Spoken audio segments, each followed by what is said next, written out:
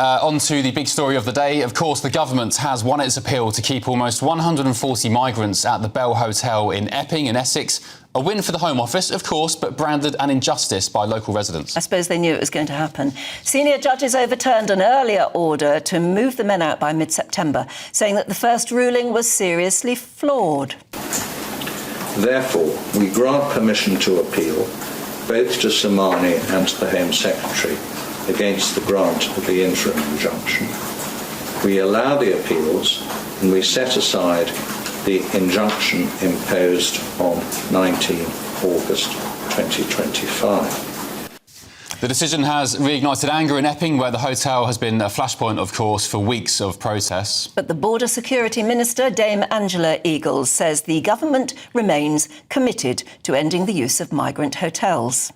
Well, nobody wants to close the Bell Hotel and all other asylum hotels more than me, and we have pledged that we are going to do that by the end of the Parliament. Today's judgment allows us to do it in a planned and managed way so that we can get the system running and make sure that we can exit hotels for once and for all.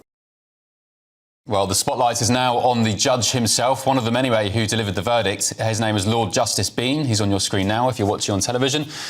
He was reportedly, get this, a Labour Party member for almost 3 decades and a former chair of a leading socialist group. So a lot of people are asking now, of course, are Britain's courts straying into political territory? And is this the win that the government actually hoped it to be? Well, earlier this morning, we spoke to former Home Office Minister Tom Pursglove, who claims the government's reliance on hotels is a choice and that it doesn't have to be this way. I would say that the choices that government has made has meant that there is a much greater reliance on hotels as there otherwise needed to be, because of the fact that they scrapped the large sites, because of the fact that crossing numbers are up by 50%, because of the fact that there's no deterrent and no ability to be able to relocate people elsewhere. What's so frustrating, agonising, it drives me mad. I want to shout at the telly when I see, for example, that the Americans are now using the accommodation that British taxpayers paid for in Rwanda that could be accommodating some of those people who've arrived here illegally, and which would, in sending them there, help us to shut the route down and put all of the gangs that are doing this out of business, because they would then know that if you get to the UK, you're not going to be staying here because you're going to Rwanda. That's a far better position. And I just think ministers, as I say, have got to get real on this and have got to change the dial, got to change the approach, because what they're doing is not working. It's making a bad situation far, far worse, and the public's had enough. Well, we're joined now by GBNews national reporter Jack Carson, who's up there by the Bell. Very good morning to you. I mean, it looks like a lovely morning, but what's the mood locally like after last night's or yesterday's revelation? Well, I think the initial reaction to the result was one lady put it to us that she was devastated, but another lady said that in her eyes, in her mind, there was still hope. That's because we've still got the full court hearing as to whether there is a permanent removal of asylum seekers from the Bell Hotel coming up in October. That essentially is also very much the feeling from Epping Forest District Council. They said they were looking into all possible routes, including that would mean the Supreme Court, but they did, of course, look forward to the court hearing that they have in October in terms of a permanent injunction. This Court of Appeal, of course, overturning the temporary injunction. Protesters gathered here last night, many of them peaceful, wanting their voice heard, but Essex Police did confirm that 3 men were arrested yesterday and remain in custody this morning. They say one man was arrested on suspicion of violent disorder, a second man was arrested on suspicion of assaulting a police officer, and a third was arrested on suspicion of drink driving after a car was driven on the wrong side of the road towards a police cordon. So that was in much of the later part of the evening of the protests that were taking place here, but many people have come out to express their views and express their thoughts around the overturning of that temporary injunction. Take a listen to a couple of people that we spoke to last night. Absolutely disgusting. Devastated. Feel like crying. We come here every week, show our support, and then they've taken it that they've got more rights than us citizens. An absolute disgrace. It has to be suitable places to put them, not within communities, not scattered about houses. They're unchecked, and that makes them dangerous.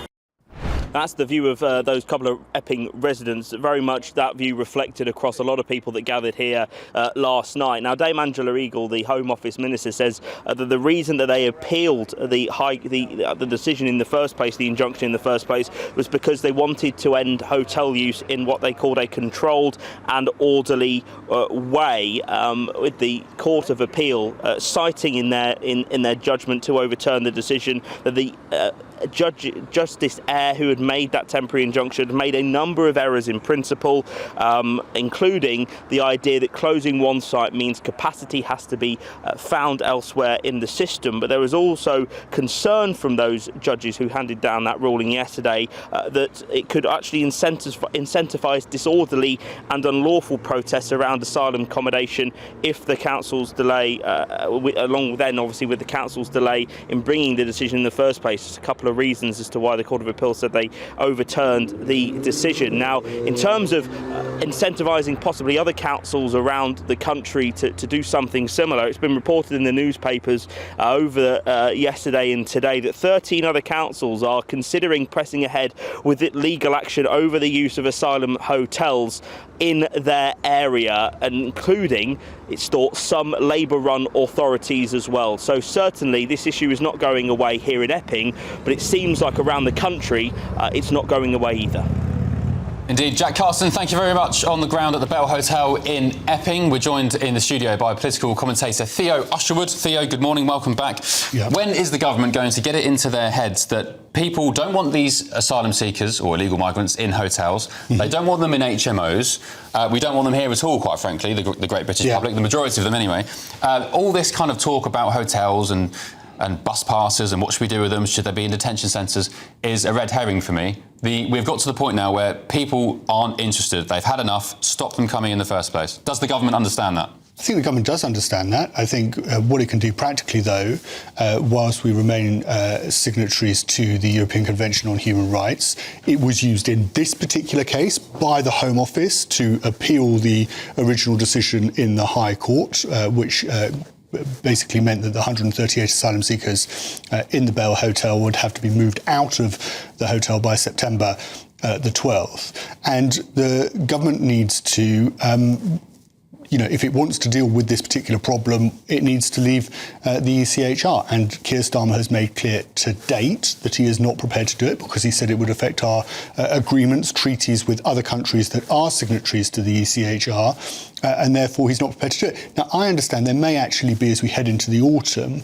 some movement within the government on this particular issue, that things might be starting to shift. But they've been in government a year. Precisely. And then, of course, many of your listeners and viewers will wonder, well, hang on a moment, given that they've challenged this original decision, can we actually trust Keir Starmer and the Labour government to take us out of the ECHR? Sorry, just to clarify, you're hearing whispers that the government is prepared to move or look at the ECHR? I say it cautiously, but I don't think that their position at the moment is necessarily set. And I think as we head into the autumn and you're looking at conference season, I think there may be starting to look at this particular Isn't that issue. amazing? Because we're hearing that Kemi Badenoch is probably going to make some sort of an announcement on her attitude towards the ECHR in conference coming up.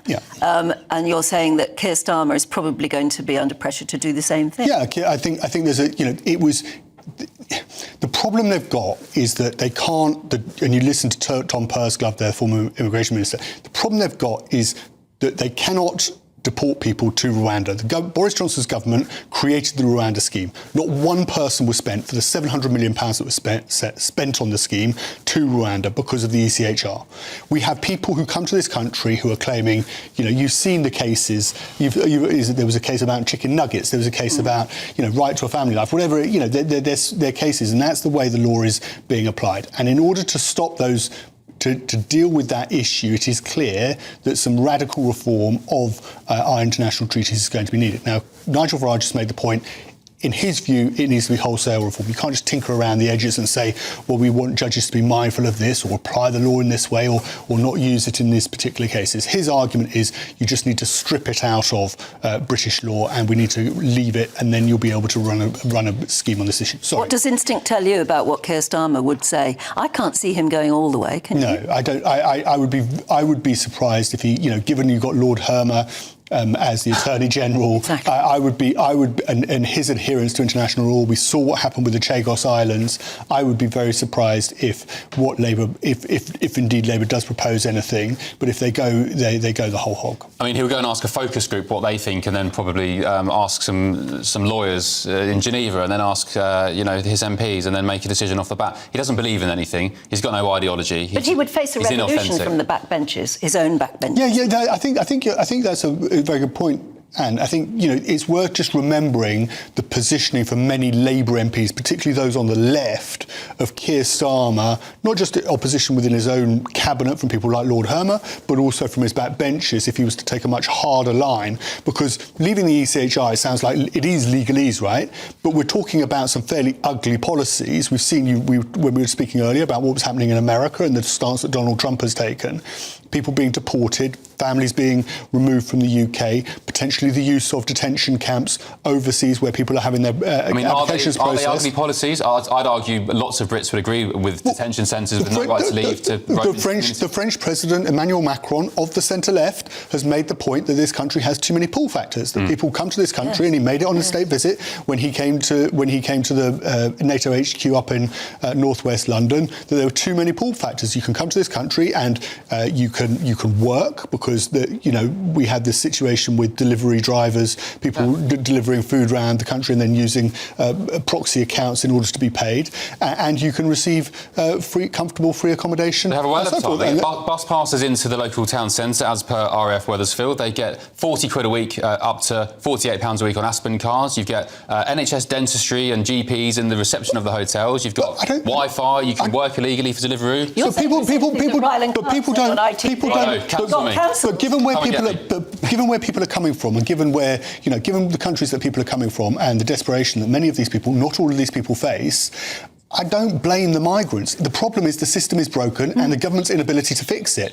And if you're asking people, if people are sitting there watching us discussing this today, how they can change it, well, we're going to have elections. We're going to have elections next spring. We're going to have a general election in 2028 or 2029, and there is an alternative. I'm not carrying a candle for that any particular party, but there is a candidate, namely Nigel Farage, who is putting forward an alternative. And if you think that he can do a better job than 14 years of Conservative rule or the Labour government at the moment, and bear in mind that Labour may turn it around in that particular amount of time, then there is an alternative. And that's how we should demonstrate any frustration that we feel. Do you think reform, given their amazing popularity and growing popularity now, but given the time constraints as well, do you think they can be a credible alternative? It's incredibly difficult. Yes, of course they're credible. They've got to get enough candidates to get. They've got to get enough candidates, but of course Nigel Farage can be Prime Minister. But I think Nigel Farage, and he knows this better than anyone, because he told me in a private conversation when Boris Johnson became Prime Minister,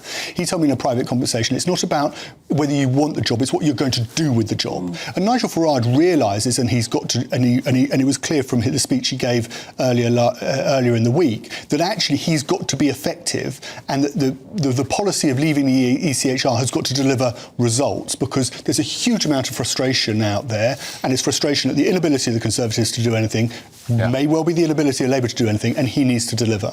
OK, thanks, Theo. I did say in the last hour, just ignore the ECHR. Why can't we just ignore it? And some people thought I was being flippant by saying that. I'm not. I mean, many countries have ignored ECHR rulings. France did it a couple of years ago with an Uzbekistan guy. They just kicked him out regardless. But I bet you've got to have your lawyers on your side, haven't you?